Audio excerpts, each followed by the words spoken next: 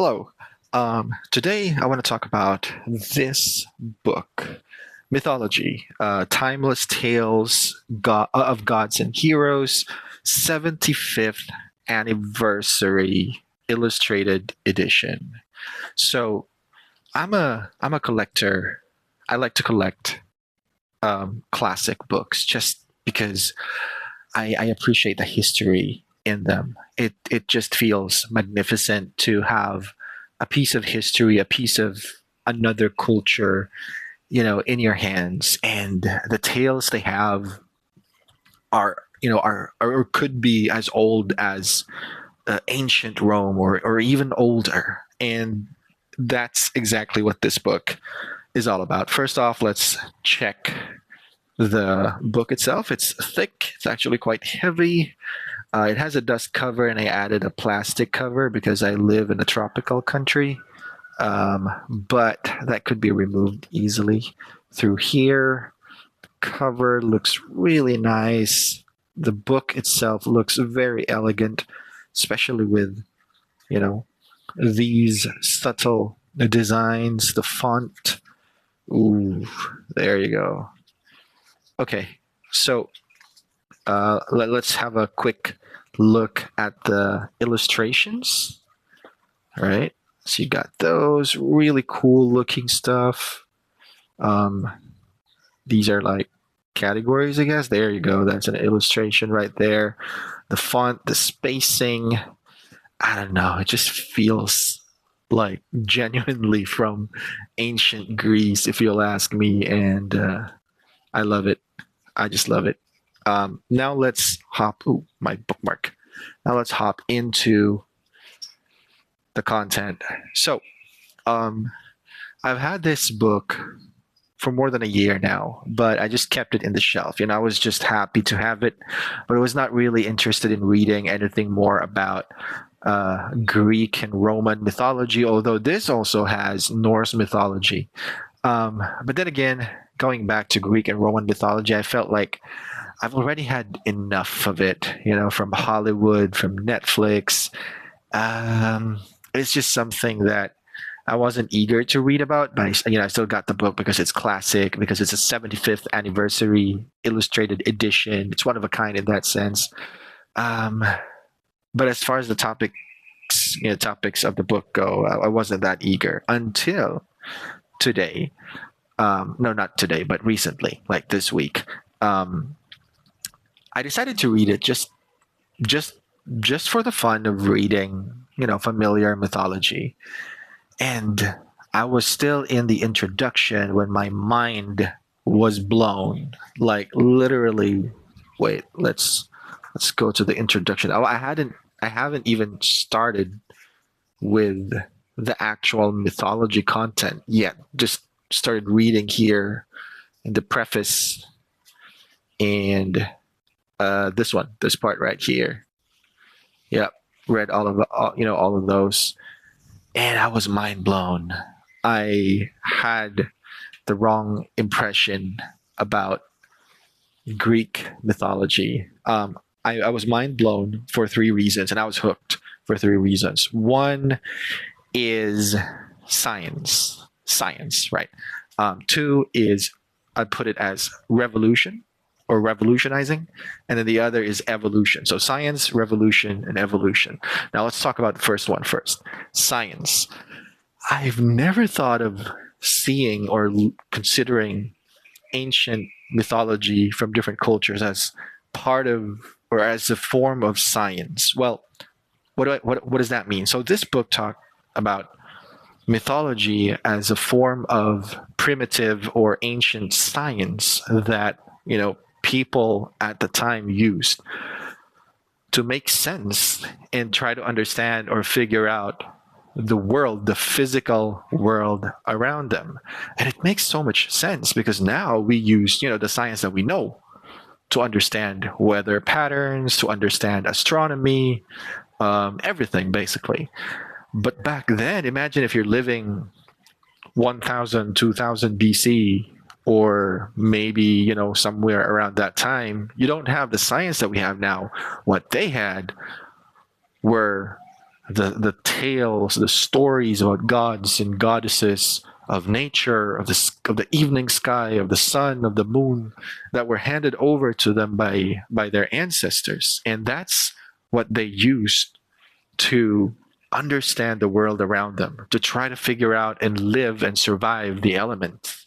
So, a lot of those are about like sacrificing animals or even humans just to please the god of volcano or something like that, or the god of the harvest. Now we've got modern science for that, but back then, mythology was their science. And that was something I've never imagined. For me, it was just like fairy tales. So that's the first thing that hooked me into this book. The second is revolution. Um, I was fed up with Greek mythology from Hollywood and Netflix and all their variations. I'd be more interested in reading about Assyrian or Egyptian mythology, or maybe Latin American mythology or something like that. But here's the interesting thing. It's called the Greek miracle. All throughout human history, ancient people created gods and goddesses to represent the unknown, like death, nature, sky, stars, everything they don't know, plague, right? Sickness. They had gods and goddesses representing these things, and they worship and sacrifice for these gods and goddesses. The thing, though, was because they represent the unknown, the ancient people, all throughout different civilizations, they used non-human or almost human but not quite human representations. You got a human torso with the head of a dog and, I don't know, the body of a lion or something like that. So the gods and the goddesses of ancient cultures were non-human, at least in their appearance, because they would never be human, right? Because they're gods and goddesses. But here comes what they call the Greek miracle, the Greek revolutionizing gods and goddesses. They created Zeus and everybody else in the form of humans. They have human form. In the tales about Greek gods and goddesses, they walk among humans, they interact with humans, they have babies with humans, they do human things. So what that tells us is the philosophy of the ancient Greeks. They instead of trying to come up with something crazy to deal with the unknown, what they did was they dealt with the unknown by creating representations that they can observe. So the philosophy is like, deal with the unknown using the unknown. The invisible should be understood through the visible. So what they're most familiar with are humans themselves. And that opens up to another philosophy. Ancient Greek culture has a lot of philosophies, and that opens up and brought, gave birth to philosophies that are very practical. Philosophies that focus on living your life in the present moment, doing what you can to change things. It's about, the bottom line is interacting with the world, with the visible, not the invisible, not the abstract, but with the concrete, something you can work on. So that is the first in ancient cultures, at least as far as this book goes. That's a revolutionary thing. And then, as we know, there was a Greek empire, which spread its culture of practicality or pragmatism, and they were very successful with it. Also, it makes a lot of sense for the Greeks to have Zeus as well, okay, that's for the third reason, and let's go into that. Okay, so the third reason is evolution. So their Greek gods and goddesses evolve. Initially, Zeus is a god of rain, god of thunder, right? And why is the god of thunder or rain? considered to be higher and more powerful than the sun, which is worshipped in all other cultures, right? The sun is supposed to be greater. It makes a lot of sense. Again, it goes back to that practicality of the Greeks.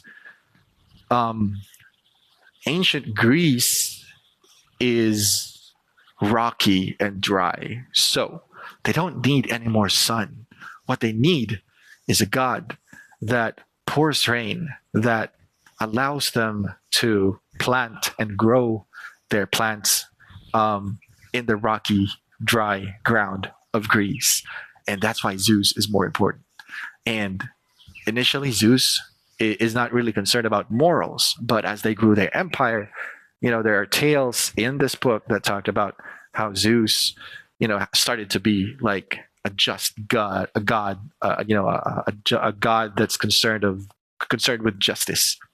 Um, Even to the point that if you harm orphans and widows, Zeus, would be angry at you, and that's quite similar also to the Judeo-Christian belief. But let's not dabble into that. So it's amazing how the Greek gods and goddesses evolved through time. But it's in the same way. It's very human in that sense, because we humans, as individuals and as civilizations, we also evolve. So I know I'm going round and round, but those are the three things that captivated me for to this book. The like ancient science, mythology as ancient science, mythology, especially Greek mythology, as a revolutionary power in human history, and then Greek mythology has evolution. I'm going to end this right here. But my plan is to keep creating videos about whatever I can read from this book. The first part after the introduction is, let's see, it's about creation, I believe. So this one, part one, the gods, the creation, and the earliest heroes. I'm going to read this and make a video about this part. Let me just put my cute bookmark there. Yep. Thank you so much for listening. I'm excited for the next video on this one.